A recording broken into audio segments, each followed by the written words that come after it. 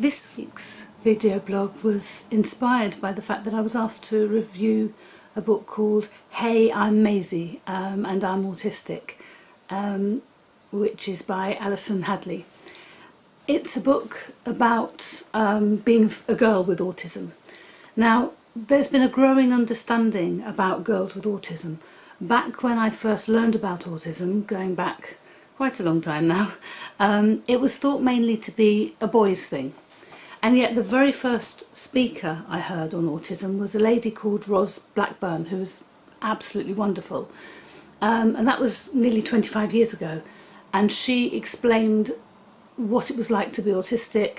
And one of the things I clearly remember was how she said she loves words. She does the talks because she loves trampolining. So the talks on autism are her way of being able to pay for her trampolining. And she talked very much about supporting people with autism, but not letting them do things that harm others, you know. So on a plane journey, for example, and I've heard her speak about 3 times now, and on a plane journey when all she really wanted to do was bang her head against the seat in front of her, which would not have been very good for the people sitting in front of her, she was given strategies that would soothe her so she wouldn't want to do that, you know, things like that. And I also remember very clearly her saying how at the end of the talk it was really important to her that whilst we would feel that we needed to clap, she would rather we didn't, because that would really freak her out, the sound of the clapping. Another brilliant lady speaking on autism is Robin Stewart. She still speaks on autism as well, and she has written books looking at girls' perspective and things like safety, how a girl might go along with things because they'll take things at face value and could put themselves in real danger. And really brilliant speakers. Alison Hadley's new book, Hey, I'm Maisie and I'm Autistic, it highlights various things about autism and about girls in autism. It stresses the fact that there isn't a one-size-fits-all. Oh, you're autistic, that means you like this, you don't like this, you do that, you don't do that. It's not like that. Every child, every adult, every person with autism is different. And whilst there are things that are common to a lot of girls with autism, not necessarily all girls with autism. People with autism will each be their individual self. It looks at the strengths of having autism and at the difficulties in having autism. But they're all part of a whole person. So one of the things it talks a lot about is masking, and this is something which is more typical of girls with autism than boys with autism, because boys with autism more often just display who they are, how they are, in whatever way they do, whereas girls will often try to mask it, try to hide it. They'll be trying to fit in, so they will put all this effort into coping at school and appearing normal, whatever that means, that when they get home they're absolutely exhausted. Also at times they will have meltdowns in schools, and that will then cause them more anxiety. There's the thing that really frustrates me is when people get angry with someone for having a meltdown. Now I know it can look like just very poor behaviour, blah blah blah, but actually it is causing distress. I've mentioned this before when talking about Kathy Hoopman's books. She's got her new one on autism features more girls. It's not her old ones were more gender, sort of male gendered. Now they are they encompass both genders.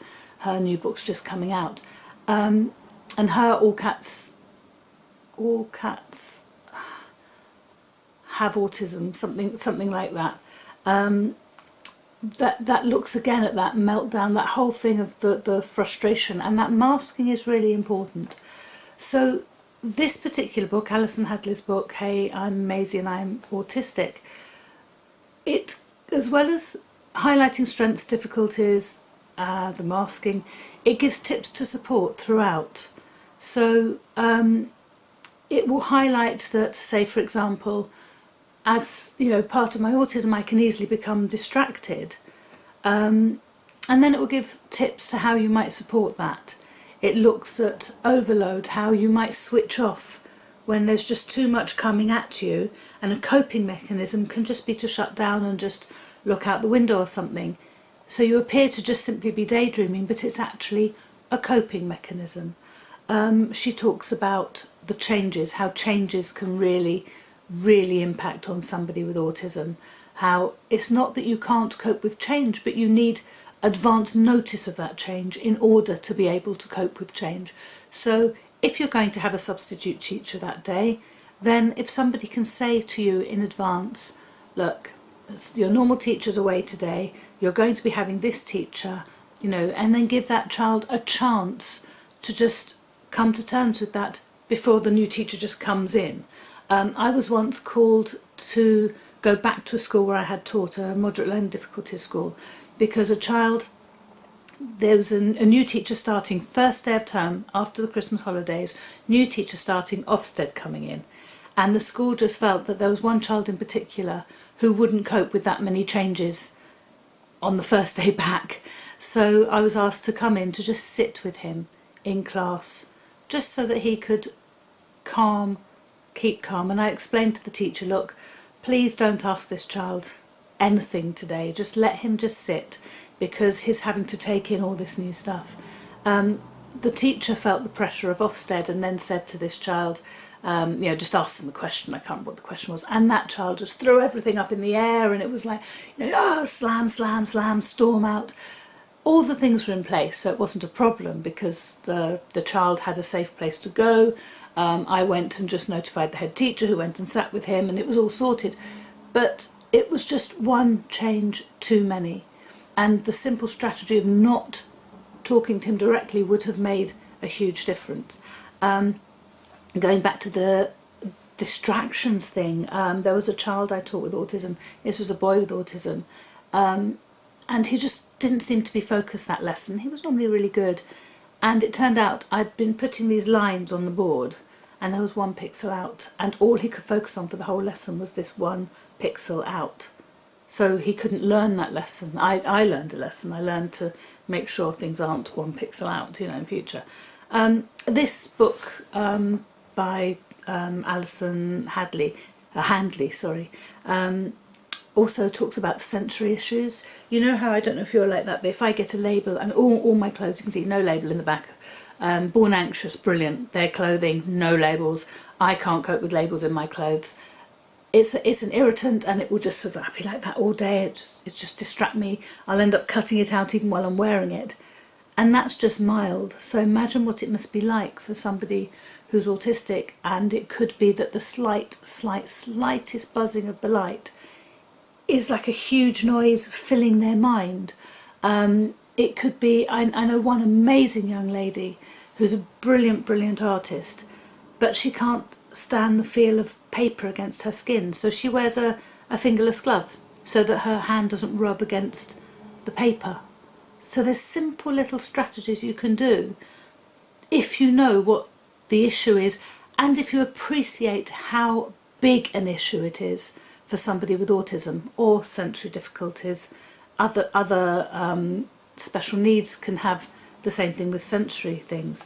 Born Anxious tweeted this week about how nature can be calming. She's lucky enough to live near a beach, and she takes her son on his walks at the moment. Obviously they were restricted. Luckily that restriction has been lifted for people with certain special needs, certainly autism. That going out and being with nature can be a real calming factor. The school where I last taught, we had like a forest school activity, and that was really helpful for any children, most children with special needs, but especially those with things like autism. So I'm recommending that book. I think it's very good. Hey, I'm Maisie and I'm autistic. As always, I recommend Kathy Hoopman's books. You know, I think they're brilliant. If you get a chance to hear a speaker like Robin Stewart or Ros Blackburn, they are amazing, and they help you to understand what it's like.